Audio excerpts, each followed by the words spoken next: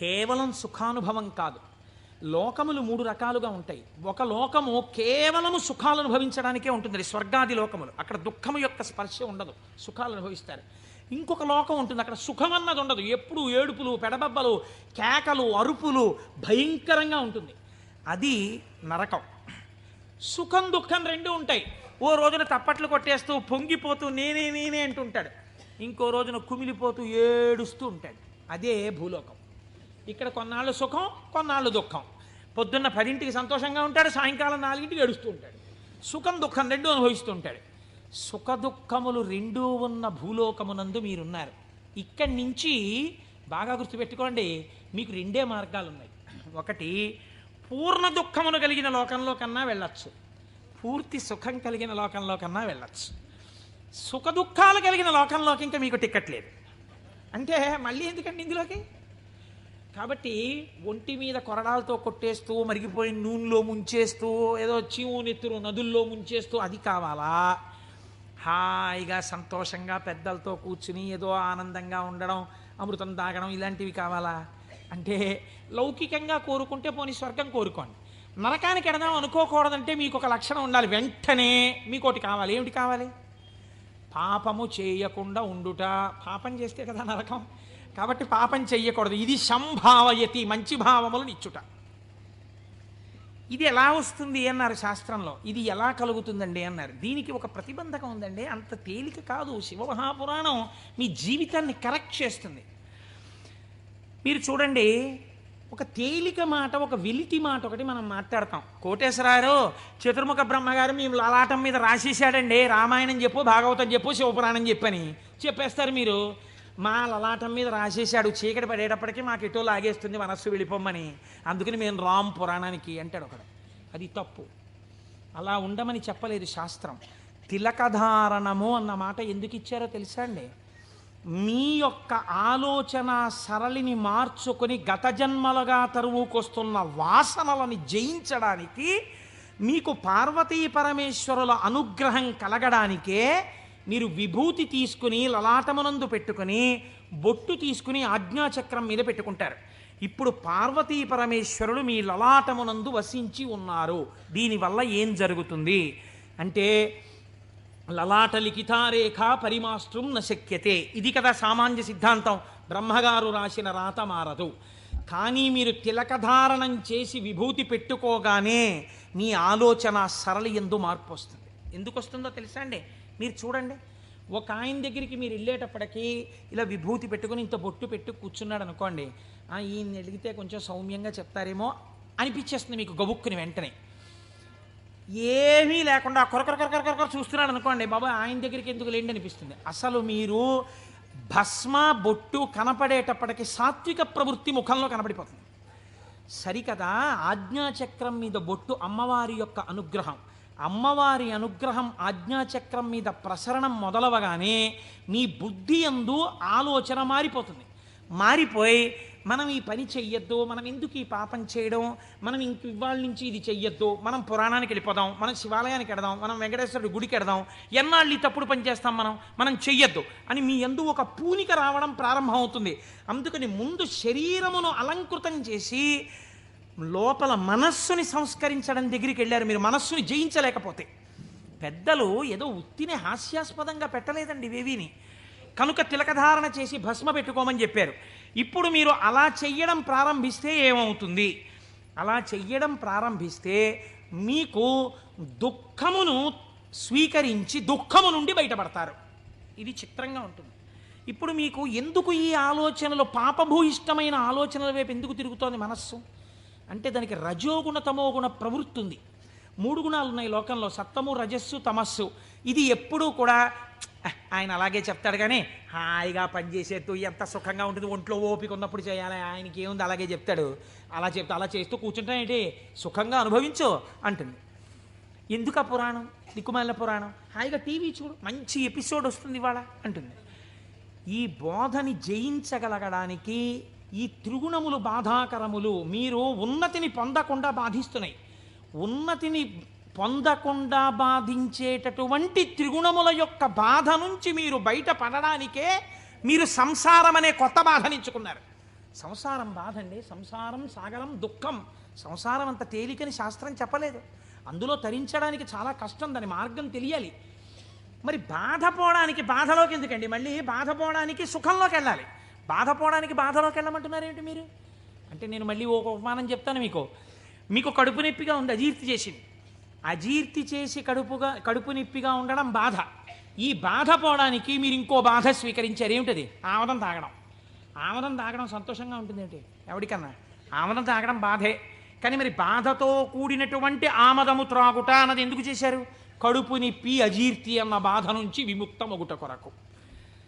సత్వరజస్తమో గుణములన్న 3 గుణముల నుంచి బయట పడడానికే సంసారములోకి ప్రవేశించి సుఖములు అనుభవించి, ఈ సుఖములు సుఖములా అన్న ప్రశ్న వేసుకుని, ఈ సుఖములు సుఖములు కావు, నిజమైన సుఖము ఈశ్వరుడే అన్న లక్షణాన్ని ఏర్పరచుకుని వైరాగ్య సంపత్తిని పెంపొందించుకోవడం, దాని వలన ఇంకా ఇంద్రియములు మనస్సు చెలించని స్థితికి పెడతాడు.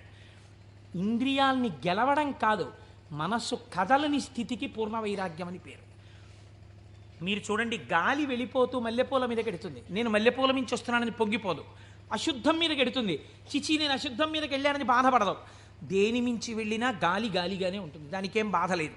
అలాగే పూర్ణ వైరాగ్యం పొందినవాడు ఇదంతా ఈశ్వర లీల అంటాడు. కానీ ఈ మాట అనడం చాలా కష్టం. అంత వైరాగ్యం రావడం కూడా ఈశ్వరానుగ్రహం. ఈ వైరాగ్య సంపత్తి చేత శాశ్వత సుఖస్థానమైన ఈశ్వరుడు ఎందుకు కలిసిపోతాడు. అప్పుడు వాడికి ఇంకా ఊర్ధ్వలోకం లేదు, అధోలోకం లేదు, పైన స్వర్గం లేదు, కింద నరకం లేదు. ఇక మళ్ళీ పుట్టవలసిన అవసరం లేని మోక్ష స్థితిని పొందుతాడు. ఇలా పొందడానికి శంభు అనుసంధానం చేసుకుంటూ ఉండాలి. శివుడి పాదాలు మీరు గట్టిగా పట్టుకున్నారనుకోండి, శివాష్టోత్తరం చదువుకుంటున్నారనుకోండి, భస్మధారణ చేశారనుకోండి, బొట్టు పెట్టుకున్నారనుకోండి, ఏమీ చేతకాకపోయినా కూర్చున్న నామాలు చెప్పడం మొదలుపెట్టారనుకోండి, మీకు తెలియకుండా మీలో ఒక రకమైనటువంటి మార్పు ప్రారంభమైపోతుంది. ప్రారంభమై అది మంచి ఆలోచనల వైపుకు తీసుకుని వెళ్ళగలదు. ఇలా తీసుకుని వెళ్ళవలసిన అవసరము ఎందువలన కలిగింది అంటే, పూర్వకాలంలో పూర్వయుగమైనటువంటి ద్వాపర యుగం వరకు కూడా ఒక లక్షణం ఉండేది. రాక్షసులు ఉన్నారనుకోండి, వాళ్ళు తెలిసేవారు వీళ్ళు రాక్షసులండి అని తెలిసేది. కాబట్టి వాడిని దూరంగా పెట్టడమో, వాడిని పరమాత్మ సంహారం చేయడమో ఏదో ఉంటుంది. కలియుగంలో ఏమిటో తెలుసా అంటే, రాక్షసులు ఏ రూపంలో ఉంటారు? చిత్తవృత్తుల రూపంలో ఉంటారు. పైకి దొరకరు. మీకన్నా సాధుపురుషుళ్ళే కనిపిస్తాడు. మోసం చేసేవాడే చాలా నమ్మించేటట్టుగా సాధుపురుషుల్లో ఉండాలి. వాడు నమ్మితే నాకేమిటి, నమ్మకపోతే నాకేమిటి, నేనేమన్నా వాడి దగ్గర ప్రయోజనం పొందుదాం అనుకుంటున్నానా అన్నవాడు తన యథారీతిగా ఉంటాడు. అవతల వాడిని నమ్మించి మోసం చెయ్యాలనుకోండి, వాడే మాట కలిపి చక్కగా మాట్లాడి బాగా మాట్లాడి మీరు నమ్మేటట్టు చేసి అప్పుడు మీకు ఒక కప్పు కాఫీ ఇచ్చి ఆ కాఫీలో మత్తు కలిపేసి మీరు పడిపోతే మీ సూట్ కేసు ఎత్తుకుపోవాలి వాడు కదా. అందుకని ఇప్పుడు ఎక్కడున్నాడు రాక్షసుడు? వాడి చిత్తవృత్తి ఎందున్నాడు? మీరు చూడండి, నిజంగా ఈ చిత్తవృత్తుల రూపంలో రాక్షసులు ఉండి ఉంటే త్రేతాయుగంలో విశ్వామిత్రుడు యాగం చేయగలడా? చెయ్యలేడు. ఇక్కడే ఉన్నారు రాక్షసులు. రాముడు ఈ లోపల రాక్షసుల్ని చంపడానికి తానే అనుసంధానం చేసుకోవాలి. బయట రాక్షసులుగా ఉన్నారు. రాముడు వచ్చి బాణం వేసి కొట్టి చంపాడు. ఈ యుగంలో అలా కుదరదు. ఇక్కడున్నారు రాక్షసులు. వాళ్ళు ఎప్పుడైనా తలెత్తుతారు. ఎప్పుడైనా తలెత్తి మిమ్మల్ని పడగొట్టేస్తారు. ఎప్పుడైనా పడగొట్టేయగలరు. ఎప్పుడైనా పడగొట్టేసేటటువంటి రాక్షసులు ఇక్కడే చిత్తవృత్తుల రూపంలో ఉన్నారు. వీళ్ళని తొక్కి పట్టగలిగిన వాడెవడు? ఒక్కడే, శంభు. అందుకే ఏవం శ్రీ శంభుదేవస్య నామ్యామష్టోత్తరం శతం అంటాం. ప్రదోష వేళలో రోజు ఆ శంభునామాలు చెప్పామనుకోండి, ఆయన ఏం చేస్తాడంటే వీళ్ళని తొక్కి పెట్టి మీ భావముల యందు మంచి ప్రవాహాన్ని ఏర్పాటు చేస్తాడు. ఈ మంచి ప్రవాహము కలిగిన భావన చేత ఉన్నతిని పొందేస్తాడు. ఇప్పుడు ఈ భావన పొందినటువంటి వాడు ఎలా ఉంటాడు? ఎలా పొందుతాడు ఈశ్వరుణ్ణి అని మీరేమి అనుమానపడిపోయి, వాడు ఏమైనా పూజలు బాగా చేసేస్తాడండి, యజ్ఞయాగాదులు చేసేస్తుంటాడండి అలా అనుకోక్కర్లేదు. శంభునామాన్ని పెట్టుకుని శంభుని యొక్క అనుగ్రహం పొందిన వాడి స్థితి ఎలా ఉంటుందో తెలుసా అండి? నేను మీకు ఒక ఉదాహరణ చెప్తాను, మీరు బాగా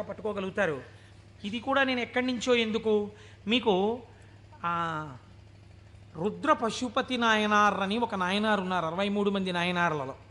మనం సాధారణంగా ఏం చేస్తాం, రుద్రం చదవండి అన్నాం అనుకోండి, సన్యాసి కూడా రుద్రం చదవాలి. సన్యాసులు కూడా రుద్రం పారాయణ చెయ్యమని శాస్త్రం విధించింది. ఎందుకో తెలుసా అండి? అభిషేకం చేయకపోయినా రుద్రాన్ని పారాయణ చేస్తే వెంటనే పాపాలు పటాపంచలవుతాయి. ఆ పశుపతి నాయనారికి ఒక లక్షణం ఉండేది. ఆయన రోజు కూర్చుని రుద్రాధ్యాయం చదువుతూ ఉండేవాడు. చదువుతున్నప్పుడు ఆయనకి ఒక అనుమానం వచ్చింది. ఏమిటా అనుమానం? అందులో మేఘ్యాయచ విద్యుచ్ఛాయచ వృక్షాయచ హరిత్యాయచ లోప్యాయచ ప్రవాహ్యాయచ ఫేన్యాయచ సికత్యాయచ ఈ మాటలు ఉన్నాయి. ఇవన్నీ ఈశ్వరుడే అన్నారు. అంటే నీరు ఈశ్వరుడు, నీటి మీద నురుగు ఈశ్వరుడు, చెట్టు ఈశ్వరుడు, చెట్టు మీద పిట్ట ఈశ్వరుడు, చెట్టులో ఆకుపచ్చతనం ఈశ్వరుడు. మనం ఏం చేస్తాం? మేము అభిషేకం చేయించుకుంటున్నామండి అని వెళ్ళి కూర్చుంటాం. శివాలయంలో ఉన్న అర్చక స్వామి ఏదో మహన్యాసం అని చెప్పి రుద్రమచ్చ ఎత్తని పాప ఆయన మహన్యాసం చేయిస్తాడు. చేయించిన తర్వాత మీరేవో పాలు పెరుగు పంచదార పళ్ళరసాలు పట్టుకెడతారు. ఆయన రుద్రాధ్యాయం చదువుతూ పోసేస్తాడు. పోసి అభిషేకం చేస్తుంటాడు. మీరేం చేస్తారు? మీకు అది ఏమిటో తెలియదు కదా, అర్థం కాదు. అర్థం కాకపోవడం వల్ల తేలిగ్గా వచ్చేది ఏంటంటే నిద్ర. కాబట్టి చాలా అమరికగా మనకి దొరికేది ఏమిటంటే, బ్రహ్మదండం మహర్షులకు ఎలా ఉంటుందో అలా మోచేతిని తొడకి పెట్టి ఈ చేతిని ఇలా పెట్టి చక్క చెంప చేస్తే చాలు, అలా పడుకోవచ్చు, నిద్రపోతాడు. మళ్ళీ ఆయన ఎక్కడో గంట ఏదో కొడతాడు, కొడితే తెలివి వస్తుంది. తెలివి వచ్చాక మళ్ళీ పాపం తాపత్రయం ఉండదని నేను అన్నాం. మళ్ళీ ఓసారి లేచి ఏదో చేస్తున్నాడు, అల్లరవుతోంది మళ్ళీ అని చెప్పేసి కాసేపు మళ్ళీ ఇలా మళ్ళీ పడిపోతాడు. దీని వలన ఏమైనా ప్రయోజనం ఉందా? మీరు చేసిన అభిషేకమునందు నేను ఇలా అడిగానని మీరు ఏమనుకోకండి, నన్ను మన్నించండి. ఒక మెట్టు పైకెక్కడానికి కాలు ఇలా ఏమైనా లేచిందా మీకు ఉపాసనలో? అంటే నేను అభిషేకం చేయించుకోవద్దని, శివాలయానికి వెళ్ళొద్దని నేను చెప్పట్లా, చేయించుకోవాలి అరిష్టం పోవడానికి. కానీ మీ ఉపాసనలో మీరు ఓ మెట్టు ఎక్కారా? కాదు కదా. ఇది రుద్రం పారాయణ చేయడం అంటే ఇది. ఆయన అన్నాడు, ఆ నాయనారు, ఆయనకు ఒక చిత్రమైనటువంటి ఆలోచన వచ్చింది. ఆయన తిరుమలయార్ అనబడేటటువంటి ప్రాంతంలో ఉండేవాడు.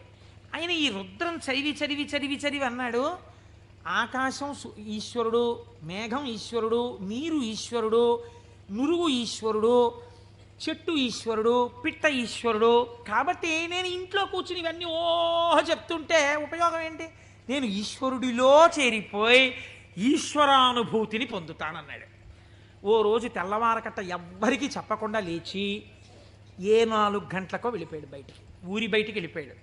ఆ కొండ మించి ఒక సెలయేరు జాలువారుతోంది. గబగబా వెళ్ళాడు. ఆ సెలయేట్లో నడుంలోతు నీళ్లలో నించున్నాడు. నించుని చెట్టు వంక చూశాడు. నిశ్శబ్దంగా ఉంది వాతావరణం. ఆ కొండ కనపడింది, చెట్లు కనపడ్డాయి, చెట్ల యొక్క ఆకుపచ్చని కొమ్మలు కనపడ్డాయి. అంత నిశ్శబ్దంలో గలగల పారుతున్నటువంటి సెలయేటి శబ్దం వినపడుతోంది. ఆ నీటి మీద వెళ్ళిపోతున్న నురుగు కనపడింది. ఆయన వెంటనే ఆ ఒంటికి తగిలిన చల్లతనంలో ఈశ్వరుడు కౌగిలించుకున్న అనుభూతిని పొందాడు. ఇవి ఈశ్వరుడు కదా, నేనిప్పుడు ఈశ్వరుడిలో ఉన్నాను నీటిలో. కాబట్టి నేను నా కళ్ళతో చూస్తున్న మేఘం ఈశ్వరుడు, నేను మొలలోతులో ఉన్నది ఈశ్వరుడు, ఇలా వెడుతున్నది ఈశ్వరుడు, నేను చూస్తున్న ఆ కదులుతున్న ఈశ్వరుడు. నాకు ఇంట్లో చదువుతున్నప్పుడు అలా బిగిసిపోయినట్టుగా ఉన్న ఈశ్వరుడు కనపడేవాడు. ఇప్పుడు ఇన్ని చేతులతో కాళ్లతో కదులుతూ నన్ను కౌగిలించుకున్నాడు ఈశ్వరుడు అని గట్టిగా గొంతెత్తి నమ పేన్యాయచ సికత్యాయచ ప్రవాహ్యాయచ నమ వృక్షాయచ హరిత్యాయచ లోప్యాయచ అని పారాయణ చేశాడు. ఆ పారాయణ చేస్తూ ఆనందం అనుభవించేసి బయటికి రాలేక బయటికి వచ్చేవాడు. బయటికి వచ్చి ఒళ్ళు తుడిచేసుకొని పొడి బట్ట కట్టుకుని ఇంటికి వెళ్ళిపోయేవాడు.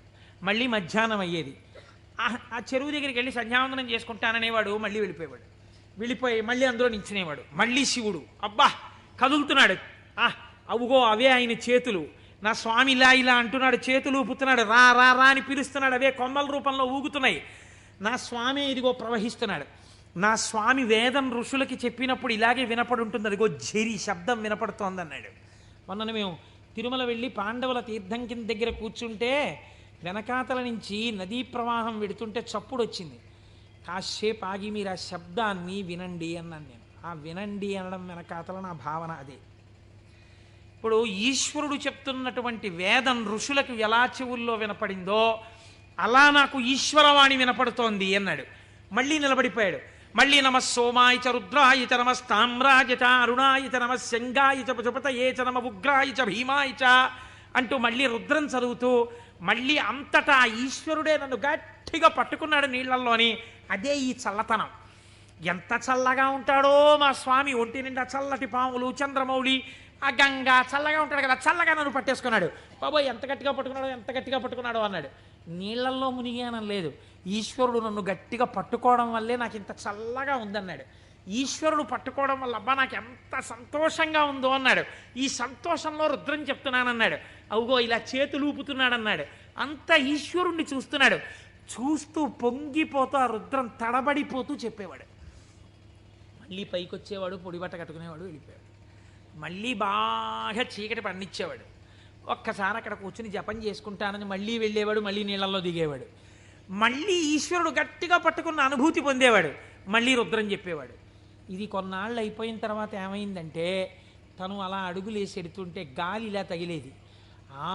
కాళహస్తి నుంచి వాయులింగ రూపుడైన నా స్వామి వచ్చి నన్ను ఒక్కసారి ఇలా పిలిచి కోటేశ్వరరావు ఒకసారి పలకరిద్దామని వచ్చాను కాళహస్తి నుంచి అంటున్నాడు. అమ్మ స్వామి తగిలాడు ఇక్కడ, అబ్బా స్వామి నమస్కారం అంటున్నాడు. ఇప్పుడు ఎక్కడ లేడు ఆయనకి. అలా వెడుతూ పైకి చూశాడు. అబ్బో అనంతంగా పెరిగిపోయిన నా స్వామి ఆకాశ రూపంలో కనపడుతున్నాడని మళ్ళీ నమస్కారం చేసేవాడు.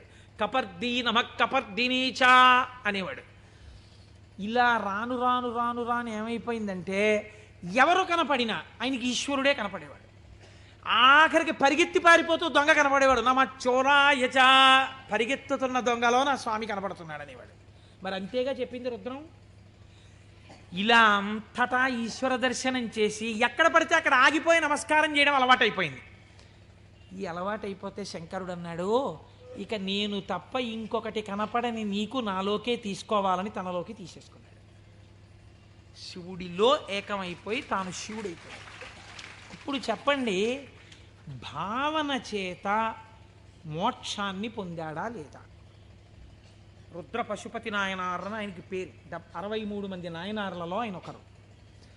మీరు అలా కూర్చుని ఏవో పదార్థాలు అట్టుకుని నమో ఓం నమో నమస్తే అస్తు భగవన్ విశ్వేశ్వరాయ మహాదేవాయ త్రయంబకాయ త్రిపురాం తకాయ త్రికాగ్నికాలాయ కాలాగ్నిరుద్రాయ నీలకంఠాయ మృత్యుంజయాయ సర్వేశ్వరాయ సదాశివాయ శ్రీమన్మహాదేవాయ నమః అంటూ ఎన్ని పాలు పోసినా ఎన్ని నీళ్లు పోసినా ప్రయోజనం లేదని నేను అన్నా. కానీ ఏమి రమించింది మీ మనస్సు?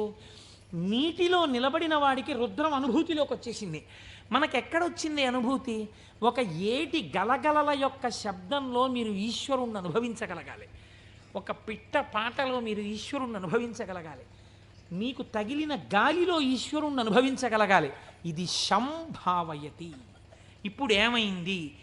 నిరతిశయ సుఖప్రదాతయ్యి ఉన్నాడు.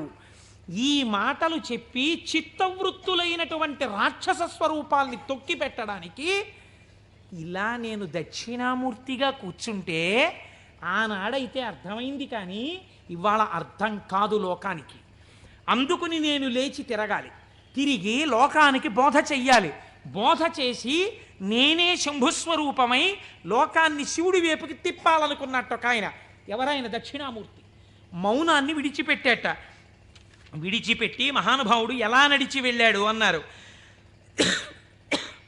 అజ్ఞానాంతర్గహన పతితానాత్మ విద్యోపదేశై త్రాతుం లోకాన్ భవదవశిఖాతాపపాపచ్యమానాన్ ముక్త్వా మౌనం వటవిటపినో మూలతో నిష్పతంతి శంభోర్మూర్తిశ్చరతి భువనే శంకరాచార్య రూపా.